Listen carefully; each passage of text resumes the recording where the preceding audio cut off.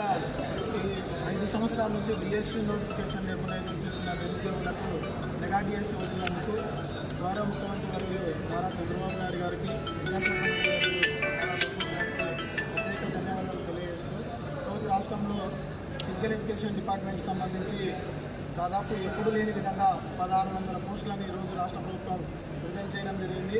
So దానికి మేము సంతోషాన్ని వ్యక్తం చేస్తూ అయితే ఈ డిఎస్సీ నోటిఫికేషన్లో గతంలో 1998, 2000 సంవత్సరము, 2001 తర్వాత 2018లో ఫిజికల్ ఎఫిషియన్సీ టెస్ట్ అనేది టీడీపీ ప్రభుత్వం ఏర్పాటు చేయడం జరిగింది. దానివల్ల నిజమైన నాణ్యమైనటువంటి వ్యాయామోపాధ్యాయులు ఈ రాష్ట్రానికి అందించిన కనుక టీడీపీ ప్రభుత్వానికి ఉంది. అయితే ఈ 2025 డిఎస్సీలో Jaganmohan Reddy government GO number 11ని రద్దు చేసి ఫిజికల్ ఎఫిషియన్సీ టెస్ట్ లేకుండా వ్యాయామోపాధ్యాయులకు 100 మార్కులకి థియరీ ఎగ్జామ్ తీసుకురావడం జరిగింది.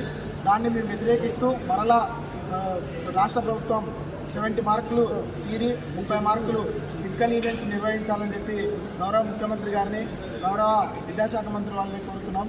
ఎందుకంటే ఫిజికల్ ఎడ్యుకేషన్ అనేది గ్రౌండ్లో ఫీల్డ్కి సంబంధించినటువంటి విషయం కాబట్టి థియరీ చదువుకొని వచ్చి చాలామంది కాంపిటీషన్ తక్కువ అని చెప్పి వేరే రాష్ట్రాల్లో సర్టిఫికేట్లు కొనుక్కొని వచ్చి డైరెక్ట్ కనీసం వాళ్ళకి గ్రౌండ్లో విజిల్ ఏ విధంగా వేయాలి, లైన్ ఫార్మేషన్ ఏ విధంగా చేయాలి, పిల్లల్ని వాళ్ళని క్రమశిక్షణగా ఎలా చూసుకోవాలనే విషయం ఏమీ తెలియకుండా డైరెక్ట్గా ఎగ్జామ్ 100 మార్కుల థియరీ ఎగ్జామ్ పాస్ అయ్యి ఈరోజు క్రీడలనే నమ్ముకున్నటువంటి ఉపాధ్యాయులందరూ వ్యాయామోపాధ్యాయులు నష్టపోతూ ఉన్నారు. ఎందుకంటే వీళ్ళు ట్రైనింగ్ చేసేటప్పుడు మార్నింగ్ 5:30, ఈవినింగ్ 4:30 to 6:30 వరకు గ్రౌండ్లో ఉంటారు. అంటే ట్రైనింగ్ చేసేటప్పుడు కూడా ఆ కాలేజ్ సర్టిఫికేట్ తెచ్చుకోవడానికి చాలా కష్టపడాలి, ప్రాక్టికల్స్ చేయాలి, తర్వాత ఇంట్రామోరల్, ఎక్స్ట్రామోరల్ ఇవన్నీ చేయాలి.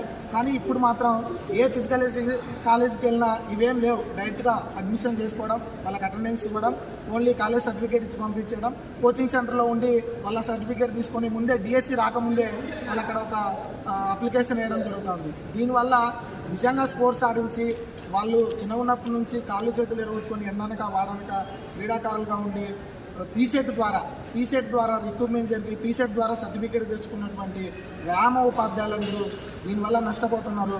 రాష్ట్ర ప్రభుత్వాన్ని మేము ఒకటే కోరుతా ఉన్నాం, సార్ దయచేసి ఫిజికల్ ఎడ్యుకేషన్ అనే వ్యవస్థ కేవలం ఏదో ఒక అంటే జీతం కోసం పనిచేసేటువంటి వ్యవస్థ కాదు.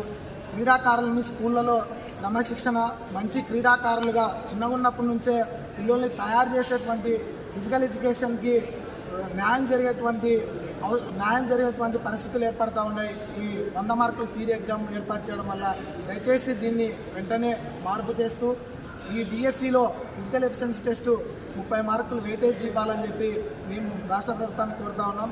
అయితే చాలామంది కోర్టు కేసులు వేస్తూ ఉన్నారు ఈవెంట్స్ మీద అని చెప్పి కొన్ని వాదనలు వినిపిస్తున్నాయి. అవన్నీ పుకార్లు సార్. 2018 డిఎస్సిలో కోర్టు కేసుకి వెళ్ళినప్పటికీ ప్రభుత్వమే అంటే గవర్నమెంట్ కేసు గెలిచి ఈ ఈవెంట్స్లో వాళ్ళకి 2018లో మంచి యంగ్స్టర్స్ని, న్యాయమైన ఉపాధ్యాయుల్ని అందించడం జరిగింది.